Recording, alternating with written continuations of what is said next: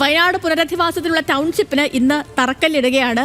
ഒരുപാട് നിയമക്കുരുക്കുകളിൽ നിന്നും നൂലാമാലകളിൽ നിന്നും കോടതി ഇടപെടലും ഒക്കെ ഇതിന് പിന്നിൽ നടന്നിട്ടുണ്ട്. പക്ഷേ വൈകുന്നേരം 4 മണിക്കാണ് ഇന്ന് ഈ ചടങ്ങ് നടക്കുന്നത്. മുഖ്യമന്ത്രി പിണറായി വിജയനാണ് ശിലാസ്ഥാപനം നിർവഹിക്കുക. പ്രിയങ്ക ഗാന്ധി MP-യും പ്രതിപക്ഷ നേതാവ് വി ഡി സതീശനും അടക്കം ഈ ചടങ്ങിൽ പങ്കെടുക്കുന്നുണ്ട്. നന്നായി തന്നെ, നല്ല ഭംഗിയായി തന്നെ ആ ചടങ്ങുകളൊക്കെ പൂർത്തിയായി തീരട്ടെ എന്നൊരു ആഗ്രഹം മാത്രമേ മനസ്സിലുള്ളൂ. അപ്പോൾ നമുക്ക് വയനാട്ടിൽ നിന്ന് ആഷിഖ് റഹ്മാൻ ഉണ്ട് തത്സമയം.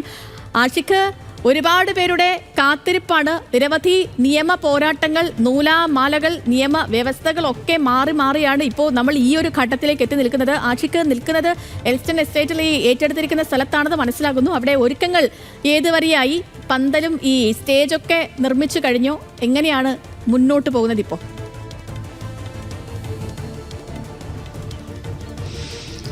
സേതുലക്ഷ്മി, ഏറെ സന്തോഷത്തോടെയാണ് ഇന്ന് നിൽക്കുന്നത്. പ്രത്യേകിച്ച് 8 മാസത്തിന് ശേഷം ദുരന്തബാധിതർക്ക് വേണ്ടിയിട്ടുള്ള ടൗൺഷിപ്പിന് ഇന്ന് തറക്കല്ലിടുകയാണ്. അത് പ്രത്യേകിച്ച് നമുക്കും കൂടി സന്തോഷമാണ്. പ്രത്യേകിച്ച് അവരുടെ വാർത്തകൾ കൂടുതലായി റിപ്പോർട്ട് ചെയ്ത സമയത്ത് അവർ ഏറ്റവും കൂടുതൽ ആവശ്യപ്പെട്ടതൊന്ന് അവർക്ക് സ്വന്തമായിട്ടൊരു വീട് എന്നുള്ളതാണ്. അതിൻ്റെ ഏറ്റവും ആദ്യഘട്ടം എന്ന നിലക്കാണ് ഇന്ന് തറക്കല്ലിടൽ കർമ്മം നടക്കുന്നത്.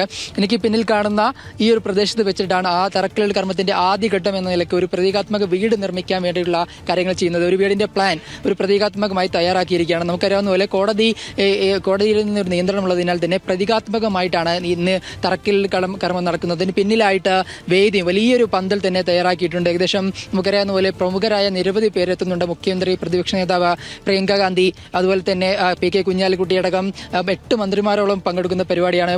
മറ്റൊരു പ്രധാനപ്പെട്ട കാര്യം, ദുരന്തബാധിതരെല്ലാം, ഈ ടൗൺഷിപ്പിൽ വീട് ലഭിച്ച ദുരന്തബാധിതരെല്ലാം ഇവിടേക്ക് എത്തുമെന്നുള്ളതാണ്. അങ്ങനെ വയനാടിൻ്റെ ഏറ്റവും വലിയൊരു പ്രധാനപ്പെട്ട പരിപാടിയായി ഒരു ഉത്സവം എന്ന നിലയ്ക്ക് തന്നെ നമ്മൾ ഈ പരിപാടി കൊണ്ടാടുകയാണ്. പ്രത്യേകിച്ച് 8 മാസം നീണ്ട കാത്തിരിപ്പ് വയനാടിനെ ആകെ തകർത്ത ഒരു ഉരുൾപൊട്ടലായിരുന്നു. ആ ഉരുൾപൊട്ടലിൽ നിന്ന് വയനാട് കരകയറുകയാണ്. അതിൻ്റെ ഏറ്റവും പ്രധാനപ്പെട്ടതാണ് ദുരന്തബാധിതർക്ക് 430ഓളം ദുരന്തബാധിതർക്ക് വേണ്ടിയിട്ടുള്ള ഒരു ടൗൺഷിപ്പ്.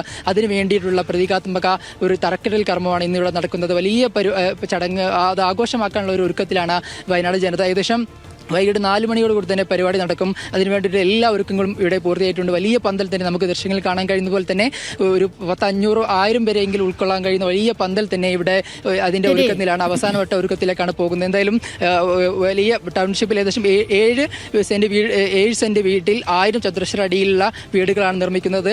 2 നിലയുള്ള വീടുകളാക്കി വർദ്ധിപ്പിക്കുന്ന തരത്തിലുള്ള വലിയ സംവിധാനങ്ങളോട് കൂടിയാണ് വീട് ഒരുങ്ങുന്നത് എന്നുള്ളതാണ് പ്രധാനപ്പെട്ട കാര്യം. എന്തായാലും 402 ഗുണഭോക്താക്കൾ 7 സെന്റിൽ 1000 സ്ക്വയർ ഫീറ്റ് ഉള്ള കെട്ടിടം, അതിനുള്ള തറക്കല്ലിടൽ ചടങ്ങാണ് അവിടെ നമ്മൾ ഈ സ്ക്രീനിൽ കാണുന്ന പോലെ.